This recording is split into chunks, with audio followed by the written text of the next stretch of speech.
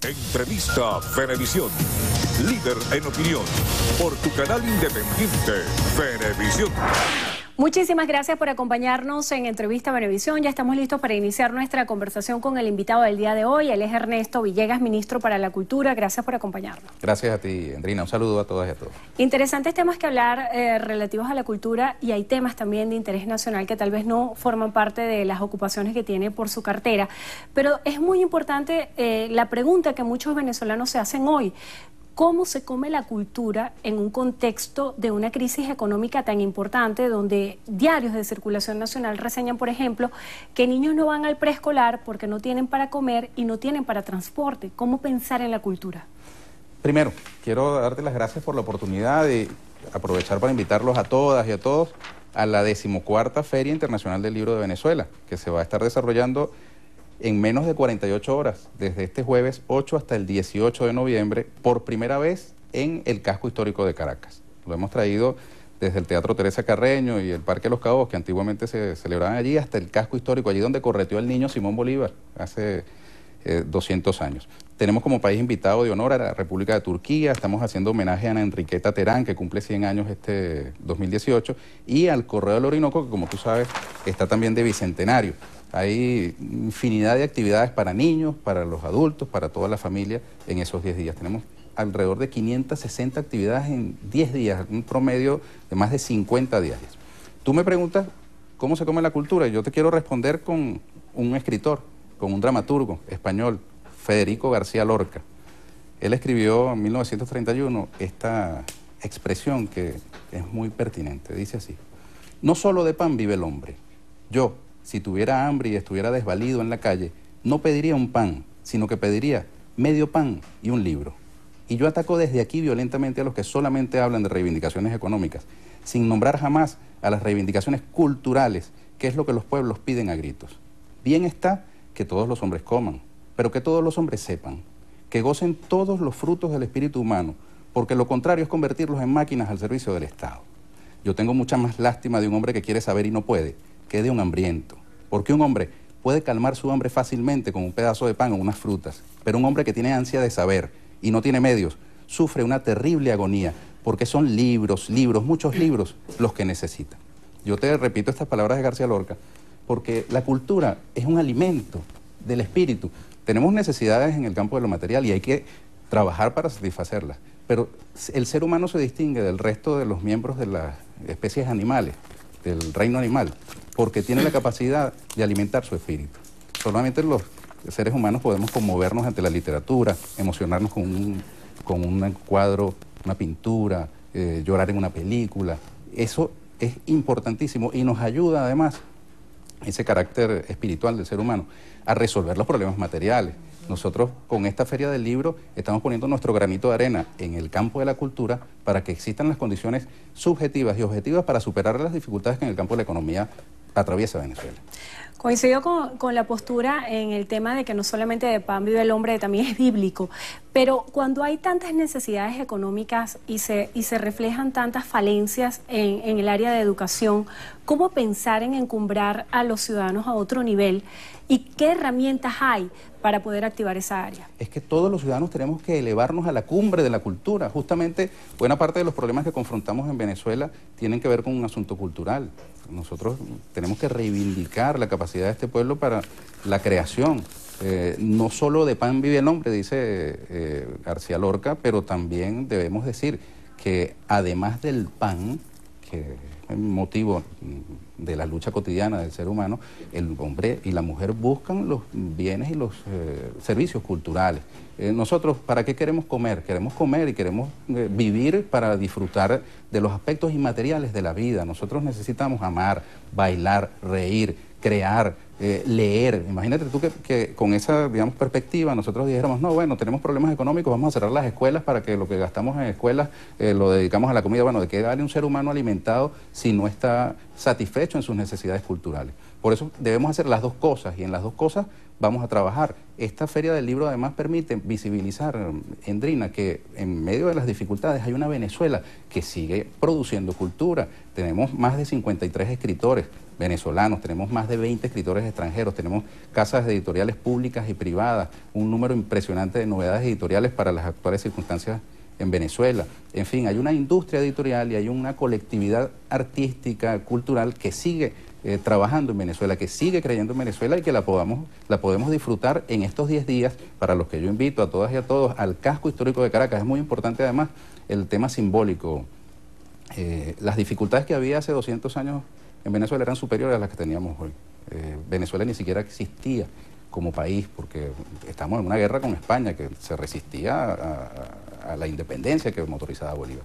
Y en esas circunstancias que eran difíciles en el campo de lo material, Bolívar le escribe a Fernando Peñalver una carta en la que le dice: traiga usted una imprenta que es tan útil como los pertrechos.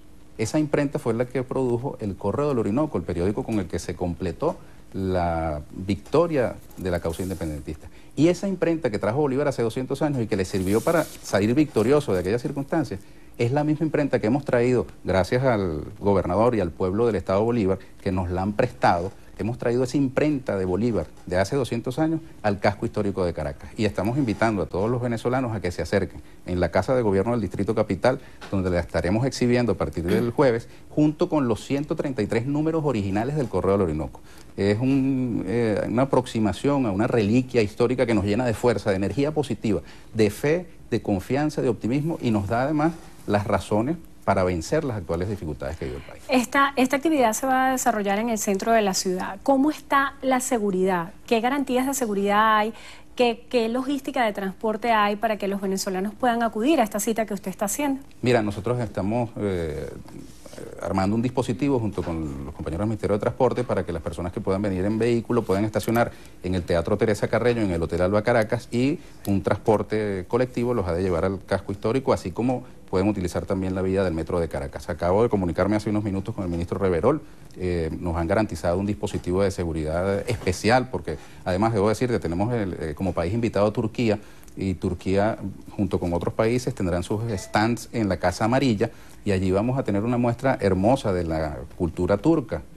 Vamos a tener música, gastronomía, tendremos visitantes internacionales y queremos darle la mejor acogida a estos visitantes, de modo que no debería ser ningún inconveniente. Tenemos más de 16 espacios habilitados en el casco histórico para actividades culturales de todo tipo. Para los niños tenemos el Teatro Bolívar, va a ser nuestro pabellón infantil, así que en estos 10 días invito a toda la familia. De verdad que va a ser una excusa perfecta para que nos encontremos con el arte, con la cultura, con los venezolanos y venezolanas que aquí estamos luchando para salir airosos de las dificultades, y para decirle además al mundo que con la fuerza de esa imprenta de Bolívar nosotros vamos a derrotar cualquier intento por sojuzgar a la patria de Bolívar. Villegas, recientemente usted ha recibido un nombramiento como responsable político y enlace para la instalación del Instituto Nacional de Descolonización de Venezuela. ¿En qué consiste? ¿De qué se trata?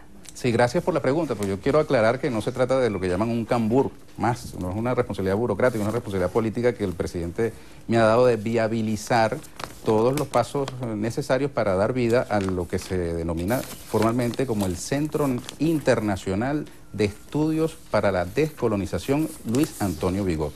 Ya hemos dado los pasos iniciales.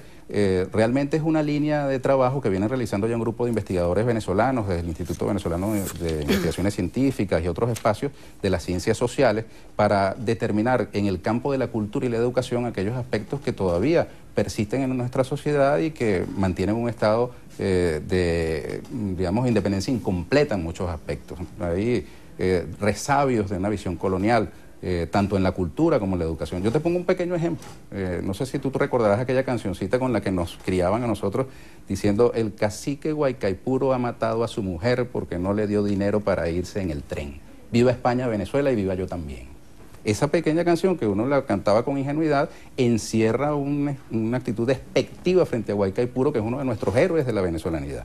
Esa pequeña muestra te dice cómo la colonia puede vivir aún después de la independencia formal. Esos aspectos van a abordarlos, además de otros, en el campo de la economía, de la defensa nacional. Estos investigadores estamos además convocando a otros, digamos, activistas que han sido sensibilizados por esta iniciativa, para que junto con el compañero Aristóbulo Isturiz, que ha sido también comisionado por el presidente Nicolás Maduro para liderar esta iniciativa, podamos nosotros ponernos de acuerdo en una ruta para aportar desde el campo de la ciencia, de las ciencias sociales, en ese proceso de descolonización que es necesario. Ministro, tal vez por esta visión que quiere hacer un reenfoque de la geopolítica y de la cultura de la región, muchos han pensado y han expuesto que Venezuela pudiera estar detrás del financiamiento de la caravana de centroamericanos que están en la frontera de México con Estados Unidos. ¿Qué responde usted a ellos? Bueno, una contradicción más. El señor Trump se llena los labios diciendo que Venezuela está postrada y entonces al mismo tiempo sus funcionarios acusan a Venezuela desde esa postración de financiar una cosa que es colosal, a kilómetros y kilómetros de distancia. La verdad es que no tiene sentido. Venezuela es como un comodín que utilizan para resolver problemas de política interna en distintos países, ¿no? Tapan sus propios problemas utilizando el nombre de nuestro país y nosotros lo que ratificamos ante esa campaña por hacer de Venezuela una mala palabra, nuestro orgullo de ser venezolano. Nosotros estamos orgullosísimos de la palabra Venezuela y esos intentos por convertirla en una mala palabra serán derrotados por este pueblo heroico venezolano que va a disfrutar de una Feria Internacional del Libro, que va a tener una expresión cultural de reafirmación de su propia identidad y que le dirá a aquellos que tienen el proyecto de cancelar a Venezuela que no se saldrán con la suya. Venezuela sigue para adelante. Hoy dos acciones por parte de la Unión Europea requieren muchos análisis. Fue ratificada por un año más las sanciones personalizadas y el embargo de armas a Venezuela por la Unión Europea. A la vez están las declaraciones de Borrell, quien asegura que sanciones sin iniciativa de diálogo no prosperan. Usted estuvo inmerso en los procesos de diálogo, tal vez desde otras figuras asociadas a otros cargos que ocupó anteriormente. ¿Piensa usted que existen hoy en Venezuela condiciones para diálogo? Sí, claro que sí, siempre las hay. Lo importante es que el diálogo se produzca sin necesidad de pasar por costos que después tengamos que arrepentirnos de haber pagado. Por eso es preferible que nosotros estemos en una condición de reconocimiento de la diversidad, de los factores que actúan en un país y que con base en ese reconocimiento reivindiquemos la política y la palabra. Fíjate tú que la Feria del Libro, que es el motivo de mi interés en esta conversación contigo, reivindica la palabra, que al final es lo que nos diferencia del resto de los animales. Nosotros tenemos que hacer uso de la palabra en el campo de la política, de la ciencia, de la cultura, y el uso de la palabra en la política es la alternativa al uso de la fuerza, al uso de la violencia, que es lo que, digamos, encierran estas medidas coercitivas, estas medidas, además, que han sido convertidas en amenazas abiertas de parte del imperialismo norteamericano de una intervención en Venezuela.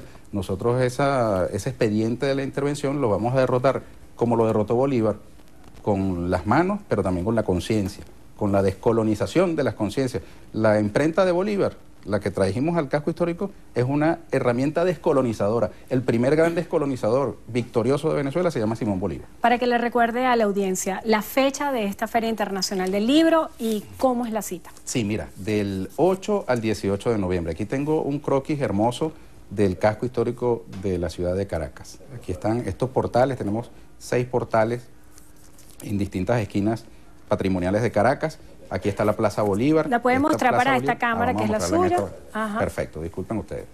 Esta es la Plaza Bolívar, tendremos puestos de distintas editoriales, librerías en el interior de la plaza, tendremos actividades en la Casa Amarilla, en el Teatro Bolívar funcionará el pabellón infantil, en el Palacio Municipal tendremos, además de un despliegue de nuestros hermanos artesanos, aquí en la Casa de Gobierno del Distrito Capital, al norte estará la imprenta del Correo del Orinoco junto con los originales.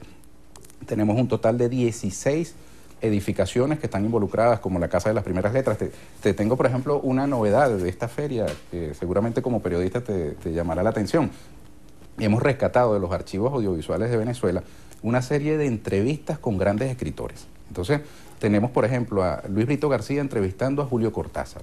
Tenemos a José Vicente Rangel entrevistando a José Saramago. Tenemos a María Alcira Matute entrevistando a Ana Enriqueta Terán. Tenemos a Aurora Martínez entrevistando a Mariano Picón Salas. No sé si es Nodio Quintero o a Aurora Martínez. A un tal Ernesto Villegas entrevistando a Eduardo Galeano. Esas entrevistas entre otras, estarán siendo exhibidas en la Casa de las Primeras Letras, y la gente que se aproxime va a poder tener el acceso al libro como mercancía, pero también podrá tener un encuentro con los grandes escritores inmortales, porque independientemente de que ya nos acompañen, están allí con su prédica, que merecemos tenerla. Además, por supuesto, tendremos presentaciones de conciertos de música venezolana, danza, teatro y una poetada que va al libro Guinness de los récords, porque tendremos una jornada de 24 horas ininterrumpidas de declamación de poesía, entre otras 540 y pico de actividades que no te mencioné. Muchísimas gracias por estar con nosotros hoy en Entrevista Venevisión. Ernesto Villegas, ministro para la Cultura, gracias por habernos acompañado. Gracias a ti, te espero en el casco histórico. Muchísimas gracias por la invitación, que tengan todos muy buenas tardes. Recuerden, Venezuela necesita de buenos venezolanos.